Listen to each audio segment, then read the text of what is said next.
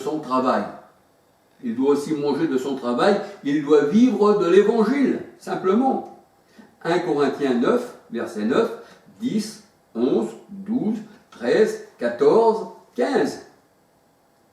Et le bœuf, spirituellement, quand il est dans son travail, et quand il foule le grain, qui sépare la balle, la paille du bon grain, ça veut dire qu'il sépare les boucs d'avec les brebis. Alléluia. Il sépare l'ivraie d'avec le bon grain. Alléluia. Et Paul a planté et Apollos a semé. Alléluia. Alors, le bœuf, c'est un ancien. Et Paul disait qu'il était aussi un ancien. Mais Paul était un bœuf, mais il n'était pas une génisse. Je l'ai déjà dit, mais je répète, ou une vache. Il était un bœuf. Alléluia. C'était un mâle. Alléluia. Mais un bœuf, il est aussi castré. C'est pour ça que la parole de Dieu nous dit, il y en a qui se sont fait eunuques pour le royaume des cieux. Un bœuf, c'est pas comme un taureau, hein, un bœuf est castré. Alléluia. Ça veut dire que c'est un eunuque. Alléluia. Mais le Seigneur, il dit que il y a des eunuques qui se sont fait eunuques pour la parole de Dieu, et il y en a d'autres, c'est-à-dire qui ne sont pas mariés, hein, parce que Paul n'était pas marié, il dit « je n'ai pas choisi de femme », donc il est considéré comme un eunuque. Alléluia. Parce que les femmes, il a préféré travailler pour le Seigneur pour pas que les femmes soient à charge. Sinon la femme, eh bien, le mari, il faudra qu'il plaise à sa femme, et il aura un temps qui ne sera pas vraiment consacré au Seigneur, il faudra qu'il s'occupe aussi de la maison. Alléluia. Mais aussi l'eunuque est comparé aussi à celui aussi comme un bois sec dans la parole de Dieu, qui ne donne pas de fruits, ça dépend dans le sens où on le prend. Alléluia. Alors,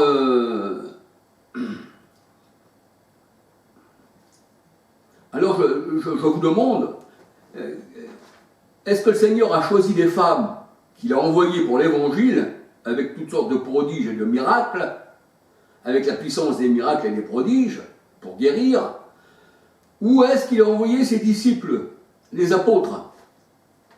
Matthieu 10, versets 1, 2, 3, 4, 5, 7, 8, 11, 12, 13, 14, 15, 16, 18, 19, 20, 21, 22, 23. Alléluia.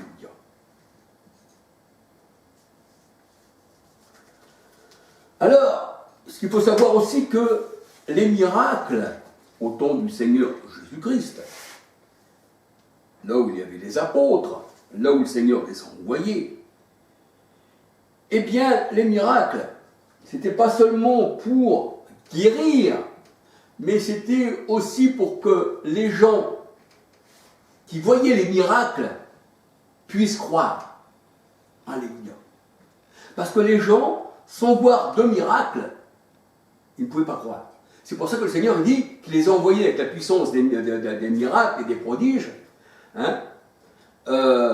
Et là, les gens disaient, bah, vraiment, il se passe quelque chose.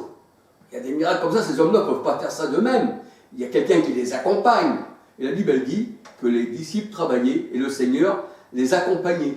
Alléluia. Le Seigneur travaillait avec eux. Hein, je crois que c'est dans Marc 15. Le Seigneur travaillait avec eux. Et il y aura des témoignages par la puissance des miracles que Dieu est avec eux, en fait. Alléluia. Et nous voyons que dans la parole de Dieu, les miracles étaient pour un temps. On regarde dans Jean 2, versets 6 à 11, quand le Seigneur il change l'eau en vin. Après avoir vu ceci, les disciples dirent, hein, les disciples crurent, voilà, hein, après avoir vu le miracle de l'eau changée en vin, la parole de Dieu nous dit, les disciples, après avoir vu que Jésus avait changé l'eau en vin, ben, ils crurent en lui. Hein, ça c'est écrit dans Jean 2, versets 6 à 11. Alléluia. Matthieu 11, verset 21. Alléluia. Et le Seigneur disait à Thomas, parce que les disciples disaient, nous avons vu le Seigneur, il est ressuscité. Mais dis-moi si je ne mets pas mon doigt dans le côté, Si je ne le vois pas, que je ne mette pas mon doigt, je ne croirai pas. Lui, Thomas voulait voir pour croire. Donc il voulait toucher le côté du Seigneur Jésus-Christ et mettre son doigt dans la main des trous et des pieds du Seigneur. Mais le Seigneur, il vient là, il se présente à Thomas. Voici, c'est bien moi, Thomas, parce que le Seigneur connaît toutes choses. Mets ton doigt, avance ton doigt ici. Mon Seigneur est mon Dieu. Après avoir vu, mon Seigneur est mon Dieu. Jean 20, 28. Mon Seigneur est mon Dieu. Le Seigneur a dit, tu m'as vu, tu as cru. Heureux ceux qui croient sans avoir vu. Heureux ceux qui croient sans avoir vu. Et dans Hébreux 11, verset 1, la parole de Dieu nous dit que la foi vient de ce qu'on entend. De ce qu'on entend vient de la parole de Dieu, c'est sûr. Mais la foi est une démonstration des choses qu'on ne voit pas. C'est ça la vraie foi, sinon c'est la vue. Or, la parole de Dieu nous dit, nous ne marchons pas par la vue, mais nous marchons par la foi. Mais il fallait qu'il se fasse des prodiges et des miracles quand le Seigneur, avec ses disciples, à l'époque où ils sont venus. Et ensuite, c'était la foi. Alléluia. Donc, et j'ai expliqué la foi aussi, j'ai expliqué la foi, que les premiers, les disciples, ont vu le Seigneur. Alléluia. Ont vu le Seigneur. Alléluia. Donc c'était la vue, ils voyaient les disciples. Mais à la Pentecôte, quand le Seigneur a envoyé ses disciples et que le Seigneur s'est séparé d'eux selon la chair, eh bien, ceux qui recevaient l'évangile ne voyaient pas le Seigneur. Ben non, puisqu'il était monté au ciel.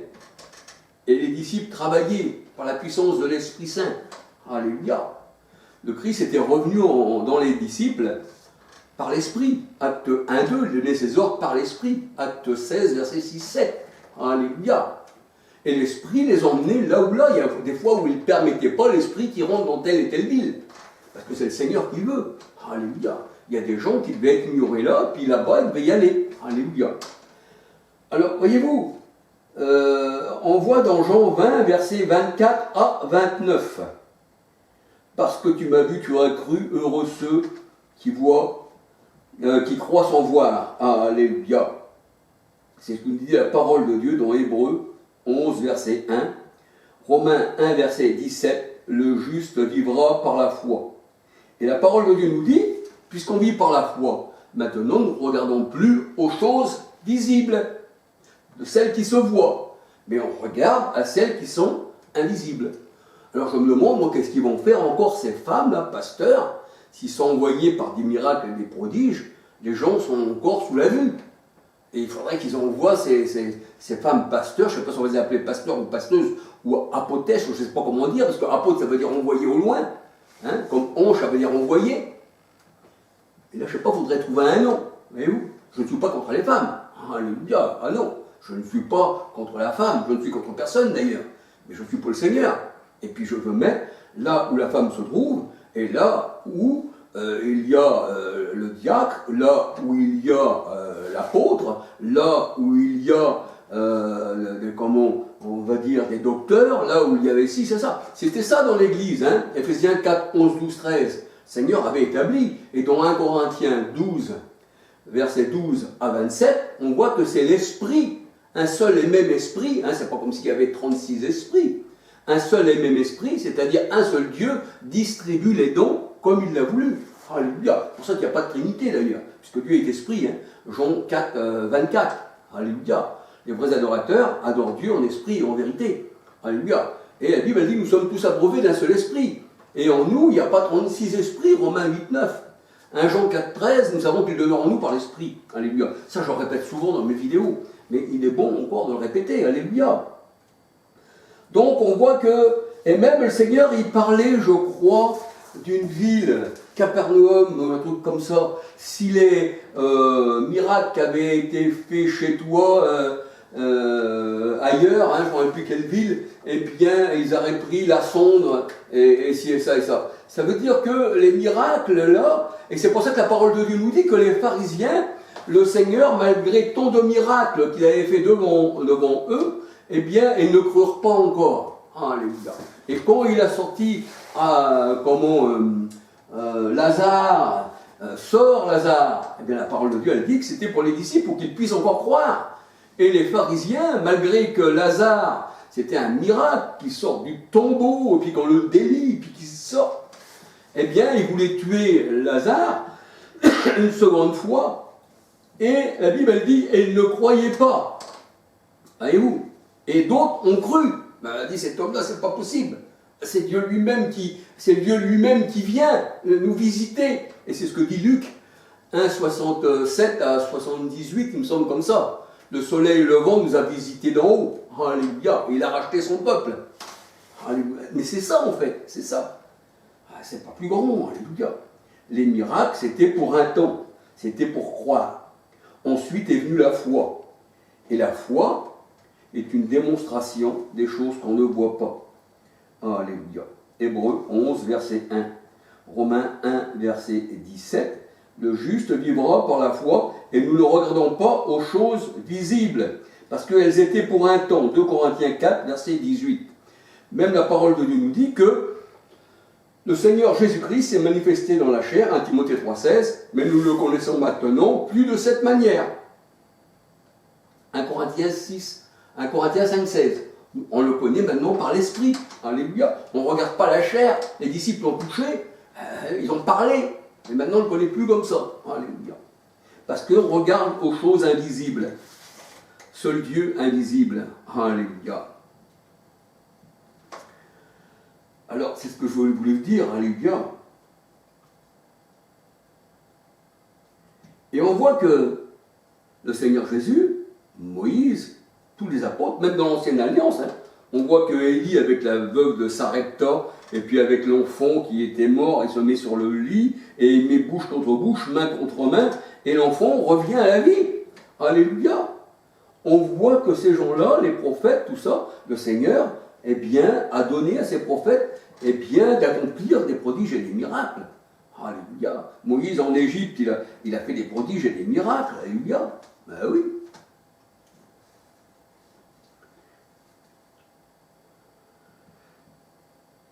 Alors, on va regarder dans 2 Timothée 1,6. 2 Timothée 1,6. 2 Timothée, je ne veux pas rester longtemps, c'était simplement pour parler, quoi. 2 Timothée 1,6.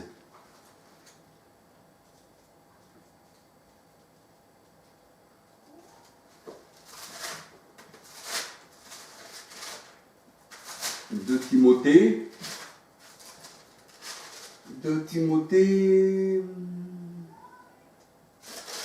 1, verset 6. Alors, voilà ce qu'il est dit. C'est pourquoi je t'exhorte à ranimer la flamme du don de la grâce, du don de Dieu que tu as reçu par l'imposition de mes mains. Que tu as reçu par l'imposition de mes mains. Alléluia. Ça, c'est Paul qui parle. Eh bien, qui parle à Timothée. 2 Timothée 1, verset 2. À son enfant bien-aimé dans la grâce. Alléluia. Donc, on peut dire, le collège des anciens, c'était l'imposition des mains, ce n'était pas les anciennes. Alors, c'est pour cela que j'aurais pu aller encore plus loin dans la parole de Dieu. Il y a plein de versets que j'ai mis en évidence, et puis que je ne pourrais pas tous les citer. Voilà. Que c'était les disciples, c'était les hommes, alléluia, qui avaient la charge d'annoncer la parole de Dieu. Alléluia. Et je le dis encore une fois, je ne suis pas contre les femmes, parce que les femmes qui font profession de connaître Dieu, alléluia, et puis qui aiment le Seigneur, eh bien, savent bien que je n'ai pas de haine contre les femmes, alléluia. Et j'ai une femme, et je l'aime aussi, puis j'aime aussi mes enfants, alléluia. Et je sais combien la femme, elle a une charge dans la maison, alléluia. Et puis si c'est une servante du Seigneur, je répondrai de mon esprit sur mes serviteurs et mes servantes. Il y a des femmes prophétesses, alléluia. Eh bien, il y a aussi des femmes qui ont eh bien, accompagné Paul. Il y a des femmes qui ont accompagné Paul. Hein? On ne sait plus que c'est écrit dans, je crois que c'est écrit dans les Actes. Elles qui ont combattu pour l'évangile, vous devez retrouver ça hein, dans les versets. Elles qui m'ont accompagné. Et c'est pour ça que la parole de Dieu nous dit que, je ne me rappelle plus le verset non plus, où il est dit que, est-ce qu'on ne pourrait pas emmener avec nous une femme qui soit notre sœur, une femme qui soit notre sœur, hein, qui soit notre compagne. Compagne, ça veut dire femme, quoi, en fait. Mais la sœur dans la parole de Dieu, il faut bien comprendre aussi. Hein, une femme qui soit notre sœur. Si la femme, elle est convertie au Seigneur, comme moi, ma femme, elle est convertie au Seigneur, alléluia.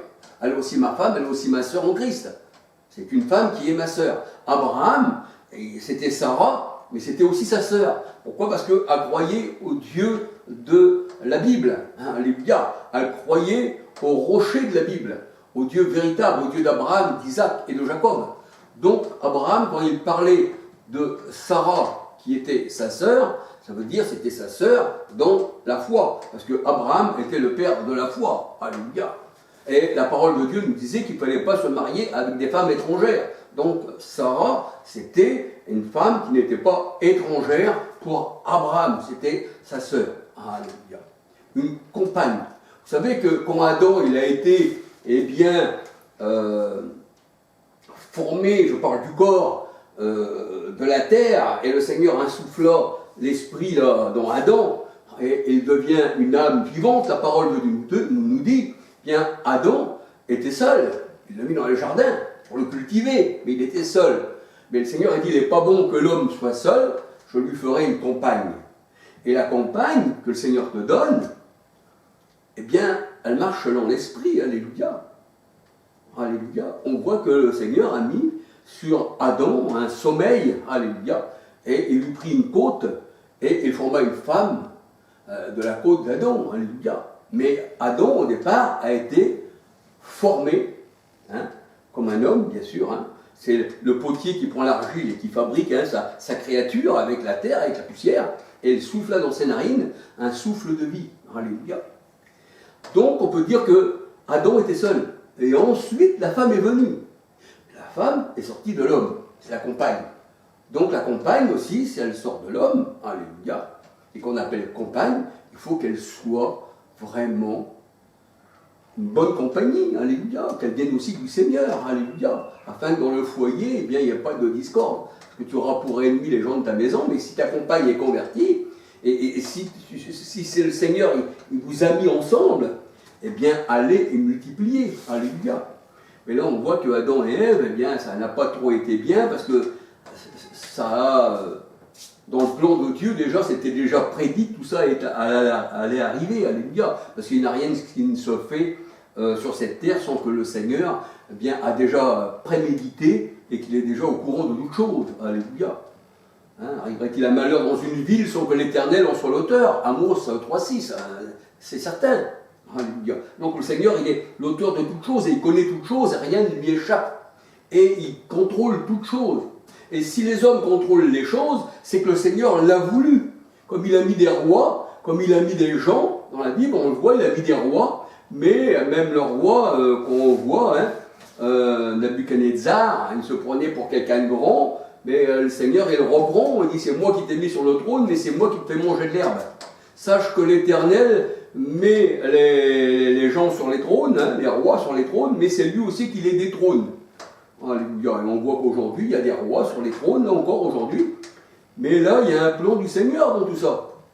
Un plan qui fait que ce monde-là est en malédiction, et puis que ces rois-là, eh bien, fait souffrir le monde. Comme le Seigneur, il a envoyé, eh bien, les ennemis d'Israël combattent Israël. Pourquoi? Parce qu'Israël avait désobéi. Alléluia, au commandement de Dieu. Je crois qu'il avait envoyé le roi de Syrie, il me semble, alléluia. Bon, je ne vais pas en dire plus longtemps, alléluia, sinon ça va faire beaucoup de vidéos. Mais j'aurais voulu que vous me donniez les passages que la femme baptise, hein, si vous trouvez le verset, qu'elle enseigne. Je ne permets pas à la femme d'enseigner ni de prendre autorité sur l'homme, c'est ce que la parole de Dieu nous dit. Qu'elle impose les mains et qu'elle fait des prodiges et des miracles. Donnez-moi les versets. Et bien, je dirais, alléluia, Seigneur, c'est toi qui l'as voulu, parce que sur ce sujet-là, je n'étais pas éclairé. Alléluia. Alors, voilà, ben, j'attends, en fait. J'attends sur les commentaires vos réponses. Et selon vos réponses, eh bien, si c'est vraiment la vérité, je regarderai dans la parole de Dieu, je dis oui, c'est écrit, c'est vrai, c'est ça. Et puis je dirais, bien, le Seigneur eh bien, vous a éclairé, parce que je n'étais pas éclairé sur ce point-là, que les femmes eh bien, avaient la capacité des apôtres et que le Seigneur avait envoyé aussi des femmes avec toute cette capacité de la puissance de l'esprit, et ci et ça et ça. Alléluia. Donc ça veut dire que la femme aussi elle a une certaine capacité, selon ce que le Seigneur lui a donné, il ne faut pas dire le contraire. En Jésus-Christ, il n'y a ni femme, ni grec, ni juif. Nous sommes tous des esprits, au service du Seigneur. Le Seigneur, il ne regarde pas la chair, il regarde l'esprit, alléluia. C'est pour ça qu'en Jésus-Christ, il n'y a ni homme, ni femme, ni grec, parce que le Seigneur ne regarde pas la chair, il regarde le cœur, et on est des esprits devant le Seigneur. Alléluia. Eh bien, je vais vous laisser, mais le Seigneur ne nous abandonne pas, alléluia. Et puis, donnez-moi à savoir ces versets-là, alléluia, j'aurais bien les connaître, s'ils existent, bien sûr. Alléluia. Et un petit bonjour à tout le monde, je ne vous oublie pas, alléluia, je ne veux pas citer les noms, et vous êtes dans mon cœur, alléluia.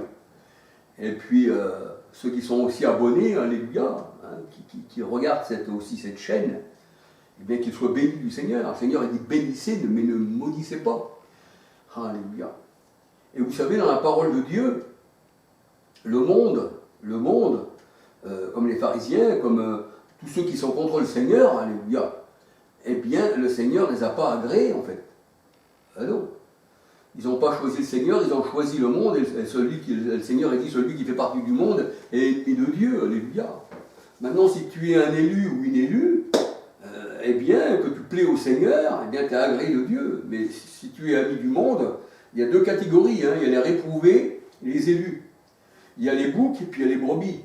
Alléluia. Il y a l'ivré et puis il y a le bon grain. Alléluia. Il y a la grande porte de la luxure, de la perdition, puis la petite porte qui est Christ. Donc, ça dépend par quelle porte vous avez passé. Alléluia. Parce que sinon, vous êtes encore dans vos péchés, si vous n'avez pas été purifié, et puis vous déplaisez au Seigneur. Alléluia. Mais les plus beaux péchés qu'on peut trouver dans la